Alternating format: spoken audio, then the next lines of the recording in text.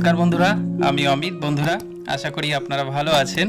তো আজকের ভিডিওর প্রথম ঝলক দেখে আপনাদের অনেকেরই হয়তো ভালো লাগবে, কারণ একটু অন্যরকম সিদ্ধান্ত নিয়েছি, একটু অন্য কিছু করার চেষ্টা করছি যাতে আপনাদের শিঙি মাছ করতে, ব্রিডিং করতে কোনো সমস্যা না হয়। আপনারা দেখতে পাচ্ছেন আমি আমার ছাদে একটি ব্রিডিং সেট আপ করেছি। আজ 4 দিন নয় 3 দিন হয়েছে এই ডিম পোনার বয়স। আমি কিন্তু অনেকটাই সফল হয়েছি, অন্তত 3 দিন পর্যন্ত সফল হয়েছি। এই 3 দিনে যা যা করেছি প্রতিটা বিষয় কিন্তু আপনাদেরকে আমি আপডেট দেব। বিশেষ করে ট্যাঙ্ক সেট আপ থেকে শুরু করে ব্রুডার নির্বাচন, ইঞ্জেকশান এবং ডিম কেয়ার, ডিম পোনাগুলোকে কিভাবে কেয়ার করছি, সমস্ত কিছু আলাদা আলাদা ভিডিও আপনাদের সামনে আসতে চলেছে। আজকে শুধুমাত্র একটু ঝলক দিলাম। শুধু ইঞ্জেকশান কতটা দিতে হবে এটুকু জানলেই কিন্তু ব্রিডিং করা সম্ভব নয়, কারণ প্রতিটা ঘন্টায় ঘন্টায় এখানে কেয়ার করার ব্যাপার থাকে। তো সেই সব খুঁটিনাটি বিষয়গুলো একেবারে নিখুঁতভাবে আমি এর পরের ভিডিও থেকে শুরু করব দেওয়া। আর আজকে আমি আমার ট্যাঙ্কেরও কিছু আপডেট দেবো। বাকি যে দুটো ট্যাঙ্ক নিয়ে, একটা 8000 লিটার, একটা 3000 লিটার মতো। এই 3000 লিটারটা আমি এই জন্যই দেখাচ্ছি, এখানে 3 রকম মাছ আছে। একটা শিঙি মাছ, একটা মাগুর মাছ, দেশীয় মাগুর, আর একটা হচ্ছে ট্যাংরা মাছ, নোনা ট্যাংরা। এই 3 রকম মাছ আমি একসঙ্গেই প্রায় ফেলেছি, হয়তো 15 দিন 20 দিনের কম বেশি ছিল সাইজে, কারণ সব সাইজ তো একসঙ্গে পাওয়া যায় না। সব আমি বিভিন্ন হ্যাচারি থেকে এটা 500, 700, 200 যেরকম পেরেছি এনে ফেলেছি একই সঙ্গে।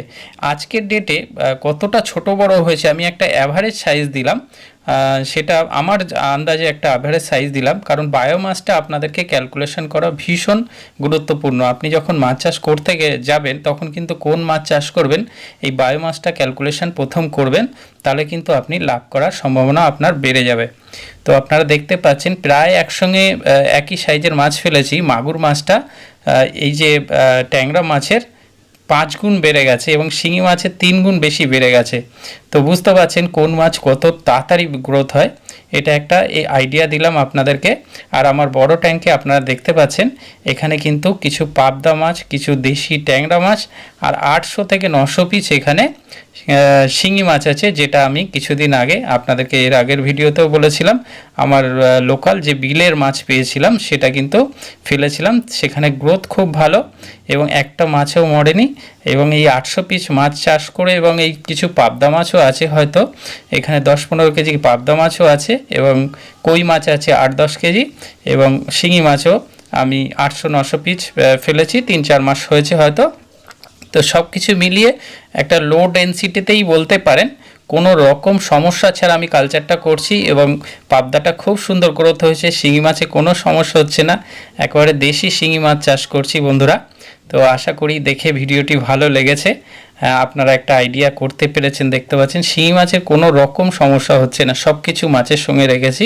অনেকটা মিশ্র কালচার করছি বলতে পারেন, বিভিন্ন রকম মাছ রেখে আপনারা দেখতে পাচ্ছেন, যাতে আমি বুডারগুলো পরের বছরে কিছু পাই সেই হিসাবে আমি কিন্তু সর্বোপরি লো ডেন্সিটিতে খুব ভালো রিটার্ন পাচ্ছি। দিনের বেলা এরিয়েশনও চালাতে হচ্ছে না এবং মাছের গ্রোথ খুব ভালো।